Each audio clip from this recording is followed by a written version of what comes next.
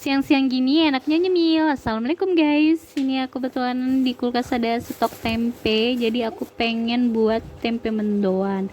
Nanti aku tulis resepnya di deskripsi ya, karena males banget ngedit. Ya udah deh, kalian bisa lihat step by stepnya aku buat tempe mendoan. Nah, ini tempenya kita potong tipis-tipis dulu. Ini bumbunya aku sudah blender. Terus ini ada tepung terigu, tepung beras, garam penyedap, sama ini bumbu yang sudah di blender. Kita campurin air. Nah, kentalannya tuh kayak gini ya guys. Terus jangan lupa kita taruhin minyak sedikit aja di tepungnya. Terus ini ada bawang, daun bawang. Nah, kita camplungin deh tuh tempenya. Nah, ini kita goreng. Apinya nggak terlalu besar ya, sedang aja biar nggak gosong. Nah, kalau sudah seperti ini diangkat. Dadah, jadi deh tempe mendoan. Terus langsung kita coba.